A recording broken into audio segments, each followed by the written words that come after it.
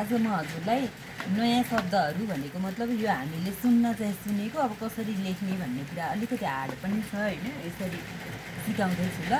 जस्तै यो क अनि तको माथि रेफ लगाएपछि कर्तब अनि आदि बर य भएपछि कर्तव्य। कर्तव्य भनेको नगरी नहुने कामलाई चाहिँ कर्तव्य भन्छ है। अनि त्यस्तै गरी प्रगति। प्रगति भनेको कुनै पनि कुरामा चाहिँ प्रगति गर्ने भन्छ नि, त्योभन्दा माथि गएर अझै राम्रो गर्नुलाई प्रगति भन्छ ल। अनि प्रगतिको ती पनि ह्रस्व इकार लाग्छ। अनि यो आदि स अनि थला आकार था अनि न भएपछि स्थान होइन कि स्थान भनेर उच्चारण गर्नुपर्छ। स्थान भनेको चाहिँ ठाउँ हो ल। स्थान लेख्नलाई आदि स थला आकार था अनि न लेख्ने। अनि त्यस्तै गरी कार्य, यो त हामी कक्षा कार्यहरू लेख्दाखेरि थाहा छँदैछ। कार्य अनि क्रम। कार्यक्रम भनेको हामीले कुनै पनि प्रोग्राम गर्नु पऱ्यो भने त्यो कार्यक्रम भन्छौँ नि हामी होइन। अनि क्रम लेख्ने यसरी, यस्तो आधारको यो प्रकार है।